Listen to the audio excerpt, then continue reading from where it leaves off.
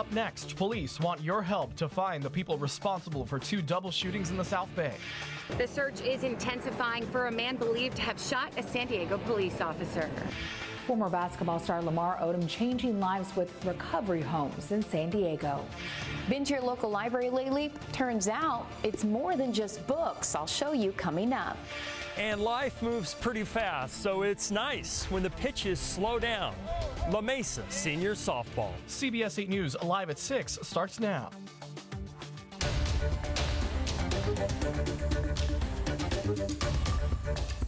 Breaking news we've been following all day from Chollas Creek. Good evening and thank you for joining us. I'm Carlo Cicchetto. I'm Jesse Pagan in for Marcella Lee. San Diego police have spent hours searching for the man they say shot an officer today.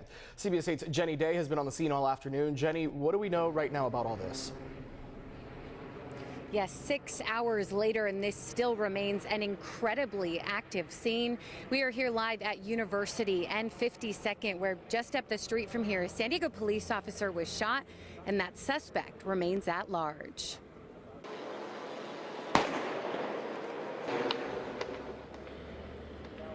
Yeah, authorities had been focused on a tent in a homeless encampment on University and 54th just about 2 hours ago now. Flashbangs and pepper balls were sprayed. Even a hook was used to try and pull that tent up, of course, all in hopes of making an arrest.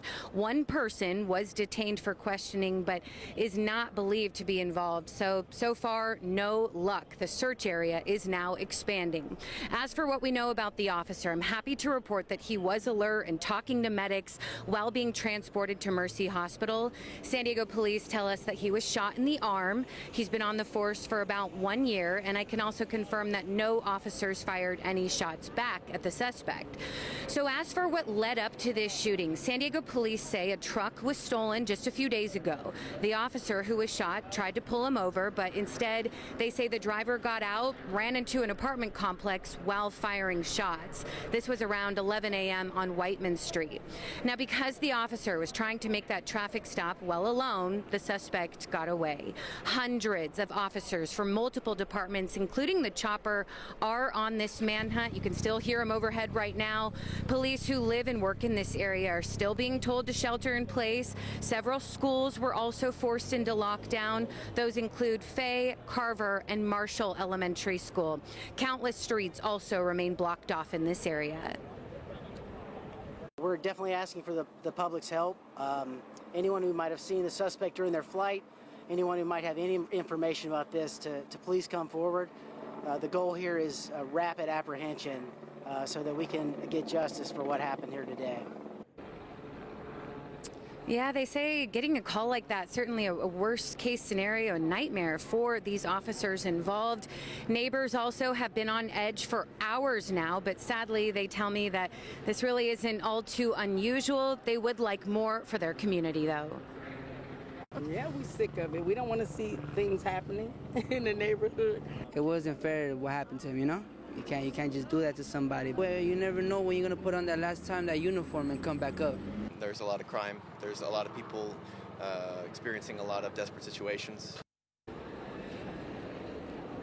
Yeah, the suspect is described as a bald Hispanic man, they believe 28 years old, approximately 5'8", 150 pounds, last seen wearing a gray sweatshirt. He is considered armed and dangerous. Now, back out here live, even though thankfully no one was killed today, San Diego Police Department Homicide Unit will be handling this investigation just because of the magnitude of this case. Actually, the police chief was out of town on business when this happened and immediately flew back this afternoon. So definitely keep it here for updates. We're live tonight in Chollas Creek. Jenny Day, CBS 8. All right, Jenny, thank you. Families of gun violence victims alongside National City Police want the community's help in solving crimes. They're asking witnesses to come forward with any information on a double murder in October and a double shooting in February. As CBS 8's David Garfiston reports, the plea comes with new surveillance video and sketches of the suspects. My life has been pretty much destroyed, and I have been picking up the pieces. Diana Del Valle is speaking about her 16-year-old daughter, Jillian Aguilera, who was shot and killed in October of last year on East 17th Street in National City. I can't be in peace knowing that this person's still out there and possibly committing other crimes. The double homicide also killed 18-year-old Edwin Barrera. His family, too, is still searching for justice. If you love Edwin and Jillian like you say you do, please come forward with any information that you have. Relatives of both teenagers stood side by side Thursday with National City Police, asking for witnesses to come forward to help identify the murderer in the unsolved case.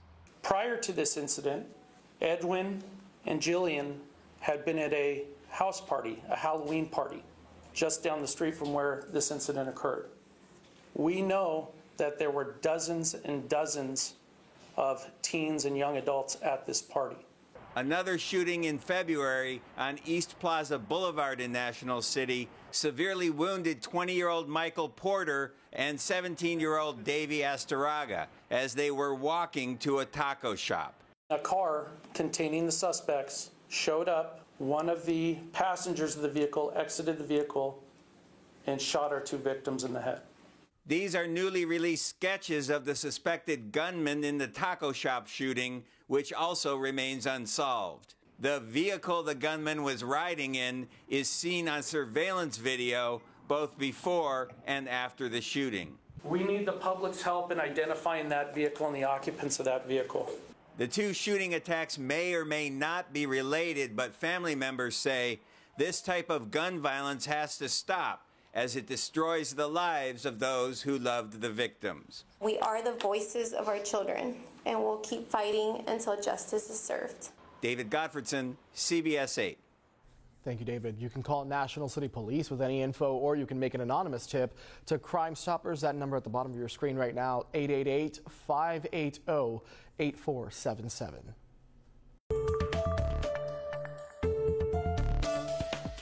New numbers show the homelessness crisis is only getting worse in San Diego County. This unfortunately comes as no surprise to anyone. The annual point-in-time homeless count was conducted across the county back in January. Volunteers counted 10,264 people experiencing homelessness. That's a 22% increase from just last year. More than 5,000 of those counted are living on the streets, with more than 5,000 staying in shelters. San Diego Mayor Todd Gloria says the results were about what they expected. We know full well that our shortage of affordable housing, the proliferation of illicit fentanyl, as well as our broken mental health system are helping to create a perfect storm that is playing out on our streets. 80% of those surveyed say they began to experience homelessness while in San Diego County. Governor Gavin Newsom wants to fight gun violence by amending the U.S. Constitution. Our political reporter Morgan Reiner has more tonight on what a 28th Amendment would mean for gun owners. Newsom and his Democratic allies point out that every time there's a mass shooting in the country, little is done in Congress. But this is an uphill battle, to say the least, and will likely take years. Thursday morning. So today, I'm proposing the 28th Amendment. Governor Gavin Newsom said he wants to add to the U.S. Constitution to do 4 things: increase the age to buy a gun from 18 to 21, mandate universal background checks, require a reasonable waiting period for all gun purchases, and ban assault weapons. Yesterday. Newsom approached Assemblymember Reggie Jones Sawyer Wednesday to author the constitutional amendment. I think the average American, no matter what state you're from, will believe in that. He told me they picked these 4 points in part because of polling. This one from Fox News, which shows the majority approve of these measures. But still, we do know it's a daunting task. In order for this to work, 33 other states have to pass the same amendment. Only 20 are controlled by Democrats. None of the 27 amendments were done from the states up.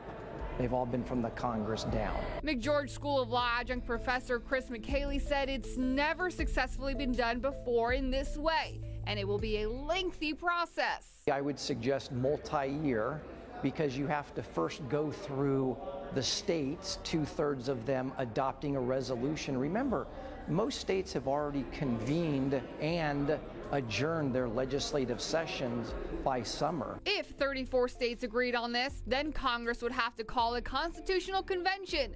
Then they'd have to all agree on the same language.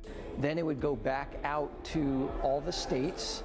And again, 3/4 of them would have to adopt that language. Republican Assembly Leader James Gallagher is calling this a political stunt.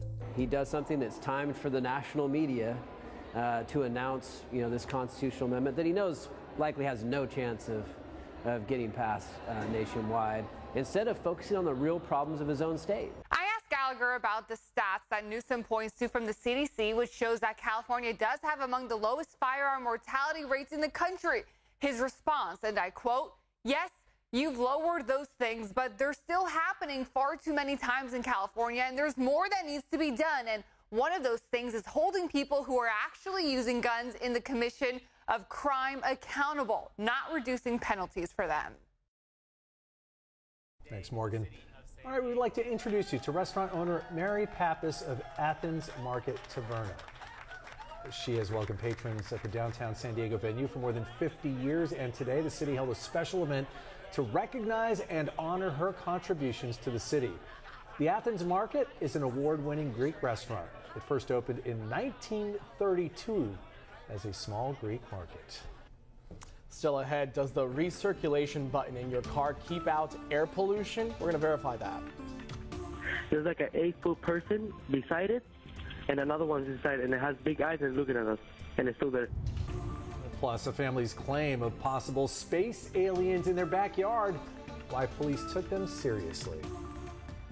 Where do they live? Because I don't want to be there. All right, we had sunshine back in the forecast for today. It's going to stick around by tomorrow afternoon, but it's going to be short-lived. The complete forecast coming up. And the toll smoke pollution from Canada is taking on the East Coast.